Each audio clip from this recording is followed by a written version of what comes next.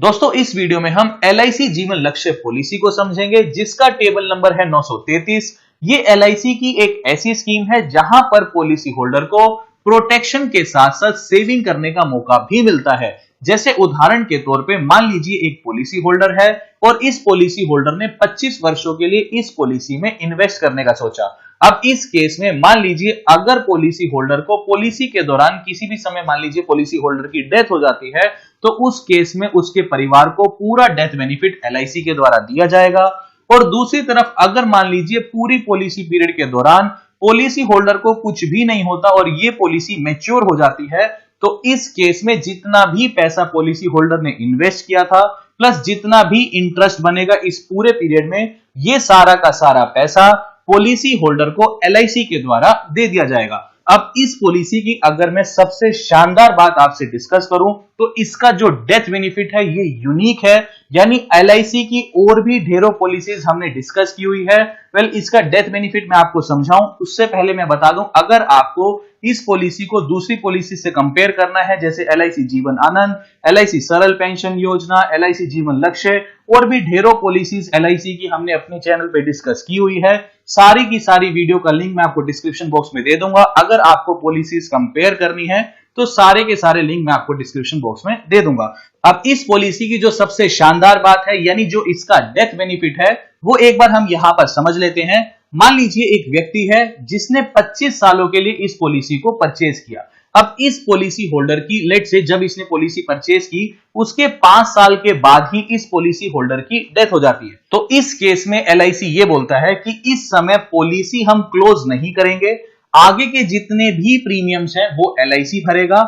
इन सब के अलावा मान लीजिए इस व्यक्ति का सम एश्योर्ड 5 लाख रुपए था तो LIC ये बोलता है कि जितना भी सम एश्योर्ड है उसका 10% यानी 5 लाख का 10% यानी 50,000 रुपया LIC हर साल इस पॉलिसी होल्डर के परिवार को देगा। इन सब के अलावा आगे के भविष्य के जब तक पॉलिसी चल रही है तब तक के प्रीमियम्स भी LIC भरेगा और जिस समय पॉलिसी मैच्योर होगी उस समय जितना भी पैसा बनेगा यानी मैच्योरिटी का जितना भी पैसा बनेगा, ये पैसा कितना बनेगा ये हम अगली स्लाइड्स में देखेंगे। यानी जितना भी मैच्योरिटी बेनिफिट होगा वो सारा का सारा पैसा भी मैच्योरिटी पर इसके परिवार को दिया जाएगा। यानी यहां पर पॉलिसी क्लोज नहीं हो रही, प्रीमियम्स भी LIC के द्वारा भरे जा रहे हैं। इन सब के अलावा एनुअल पैसा भी दिया जा रहा है और मैच्योरिटी बेनिफिट्स भी LIC के द्वारा दिया जा रहा है। अब एक बार इस पॉलिसी की टर्म्स एंड कंडीशन को भी हम समझ लेते हैं। पहली टर्म एंड कंडीशन ये है कि मिनिमम सम एश्योर्ड आपको 1 लाख रुपए का लेना ही लेना है। अब ये सम एश्योर्ड बेसिकली क्या होता है, मान लीजिए एक पॉलिसी होल्डर है और ये कहता है कि मैं 5 लाख रुपए का सम एश्योर्ड लेता हूं और इस पॉलिसी को मैं 13 सालों के लिए परचेज करता हूं तो इस केस में इस व्यक्ति को अगले 13 सालों के अंदर 5 लाख रुपया LIC को देना है। और इन केस मान लीजिए इस पॉलिसी होल्डर को पॉलिसी के दौरान कभी भी कुछ हो जाता है तो इसके परिवार को 5 लाख रुपया तो दिया ही जाएगा प्लस जितना भी बोनस बनेगा। अब ये बोनसेस क्या होते हैं ये हम अगली स्लाइड्स में देखेंगे तो ये सारा का सारा पैसा इसके परिवार को दे दिया जाएगा। तो सिंपल से शब्दों में सम एश्योर्ड का ये मतलब होता है। सेकंड पॉइंट ये है कि मैक्सिमम सम एश्योर्ड की कोई लिमिट नहीं है, आप अपनी इनकम के हिसाब से अपना सम एश्योर्ड सेलेक्ट कर सकते हैं। तीसरा सबसे इंपॉर्टेंट पॉइंट ये है कि पॉलिसी को आपको मिनिमम 13 सालों के लिए परचेज करना ही पड़ेगा और ज्यादा से ज्यादा आप 25 सालों के लिए इस पॉलिसी को परचेज कर सकते हैं। अब इसमें इंटरेस्टिंग बात यह है, मान लीजिए अगर आप बोलते हैं कि मैं 13 सालों के लिए इस पॉलिसी को परचेज करूंगा तो आपको जो प्रीमियम है वो 3 साल कम तक ही भरना है, यानी आपको अपना प्रीमियम 10 सालों के अंदर ही भरना है।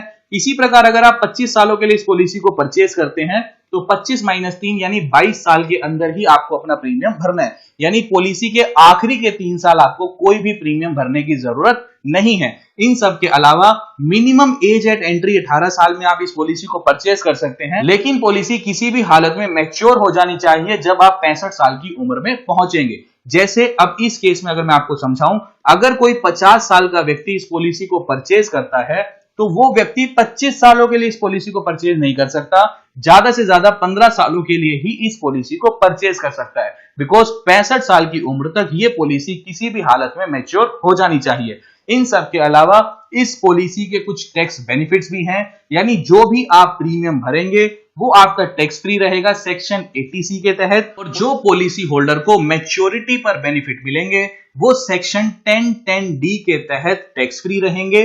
और अगर मान लीजिए पॉलिसी होल्डर की डेथ हो जाती है और जो परिवार को डेथ बेनिफिट मिलेगा वो भी सेक्शन 1010D के तहत टैक्स फ्री रहेगा। इन सब के अलावा जो हम प्रीमियम भरेंगे, यानी जब हम ये पॉलिसी को परचेज करेंगे उस समय जो हम प्रीमियम्स भरेंगे वो भरने के लिए हमें अलग अलग ऑप्शंस मिलते हैं। या तो हम मंथली बेसिस पर प्रीमियम भर सकते हैं या फिर क्वार्टरली बेसिस पर भर सकते हैं, यानी 3 महीने में एक बार प्रीमियम भर दिया, हाफ ईयरली बेसिस पर भर सकते हैं या फिर साल में एक बार भी हम प्रीमियम भर सकते हैं। इन सब के अलावा एक ग्रेस पीरियड मिल जाता है।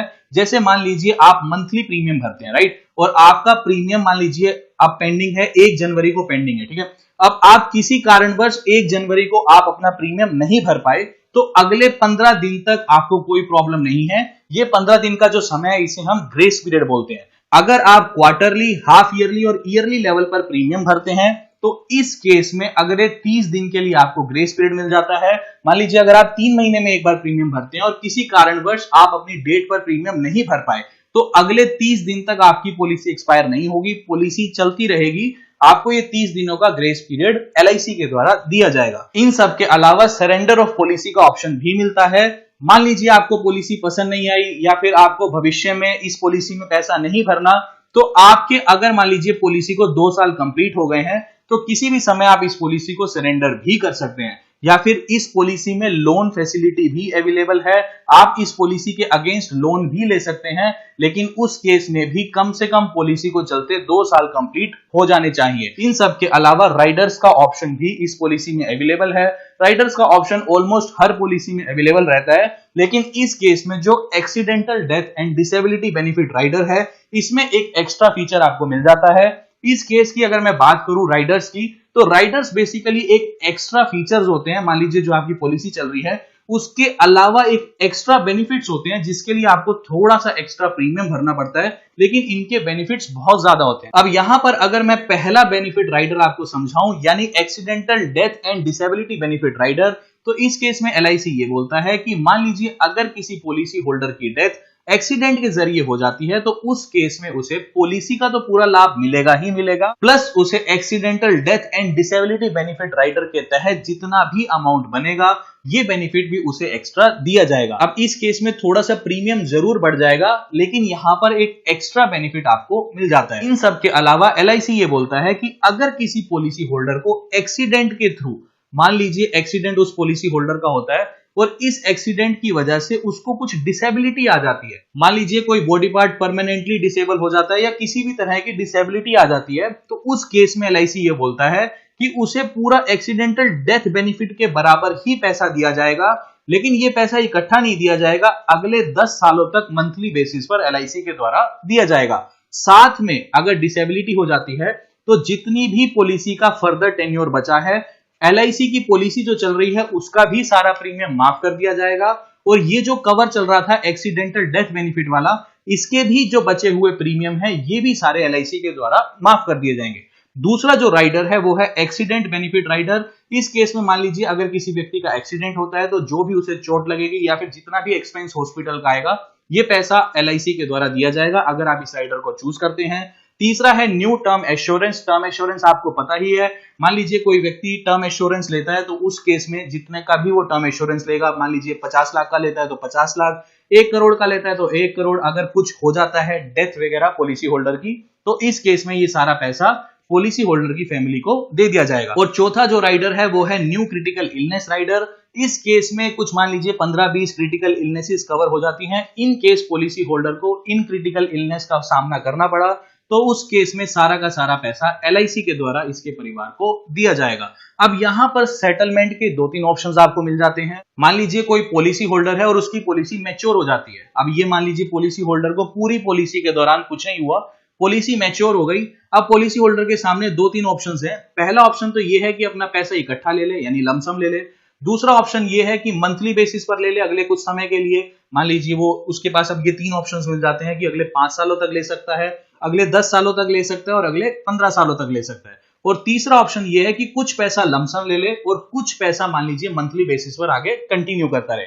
अब ये तीनों के तीनों ऑप्शंस पॉलिसी होल्डर को ही चूज करने हैं। सेम ऑप्शंस यहां पर अगर मान लीजिए पॉलिसी होल्डर ये बोलता है कि अगर इन केस मेरी बीच में डेथ हो जाती है तो ये भी पॉलिसी होल्डर को ही चूज करना है जब तक वो जीवित है कि परिवार को कैसा पैसा दिया जाए। मान लीजिए डेथ होने पर परिवार को लमसम पैसा देना है या फिर परिवार को मंथली बेसिस पर पैसा देना है अगले 5 साल, 10 साल, 15 साल, जो भी वो चूज करेगा, या फिर परिवार को कुछ पैसा लमसम देना है और कुछ पैसा मंथली बेसिस पर देना है। यानी ये सारे के सारे ऑप्शन जब तक पॉलिसी होल्डर जीवित है उसे ही चूज करने हैं। सबसे अच्छी बात यह है कि जब पॉलिसी परचेज करो उसी समय बता दो कि आपको पैसा मैच्योरिटी पर लमसम चाहिए, या इन केस पॉलिसी होल्डर को कुछ हो जाता है तो परिवार को पैसा लमसम देना है या फिर इंस्टॉलमेंट्स में देना है। ये सब कुछ पॉलिसी होल्डर को ही बताना है। अब एक बार मैं यहाँ पे आपको मैच्योरिटी के बेनिफिट्स बता देता हूं कि मैच्योरिटी अगर किसी पॉलिसी होल्डर की हो जाती है तो उस केस में उसे कितना पैसा मिलेगा। देखो, मैच्योरिटी होने पे सबसे पहले तो सम एश्योर्ड मिलता है, प्लस यहां पर वेस्टेड सिंपल रिविजनरी बोनस मिलते हैं,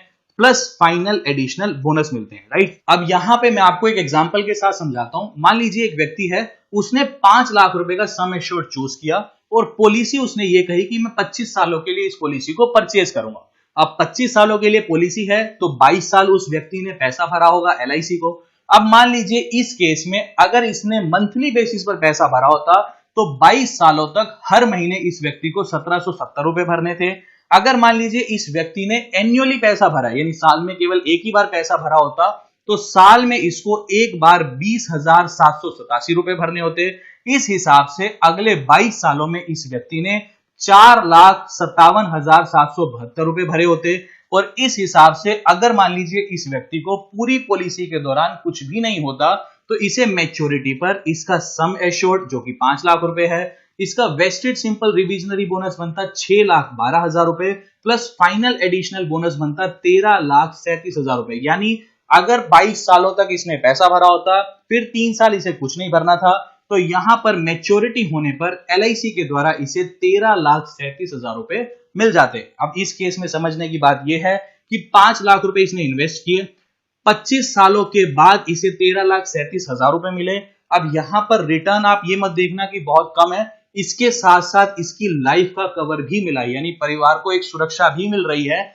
कि अगर इस पॉलिसी होल्डर को कुछ हो जाता है तो परिवार को भी एक सुरक्षा है कि परिवार को एक पैसा मिल जाएगा। अब अगर मान लीजिए मैं आपको डेथ बेनिफिट समझाऊं तो डेथ बेनिफिट के अंदर इसी एग्जांपल को लेके चलते हैं कि ये पॉलिसी होल्डर है, इसने 25 सालों के लिए पॉलिसी परचेज की, 5 लाख रुपए का सम एश्योर्ड इस व्यक्ति ने परचेज किया। अब उदाहरण लेके चलते हैं, मान लीजिए इस पॉलिसी होल्डर की डेथ पॉलिसी परचेज करने के 5 साल के बाद ही हो जाती है, तो इस केस में अगले पूरे समय तक, यानी जब तक ये पॉलिसी चल रही है तब तक 10% सम एश्योर्ड का, यानी 10% 5 लाख रुपए का, यानी 50,000 रुपए इसके परिवार को हर साल एक तो LIC के द्वारा दिए जाएंगे।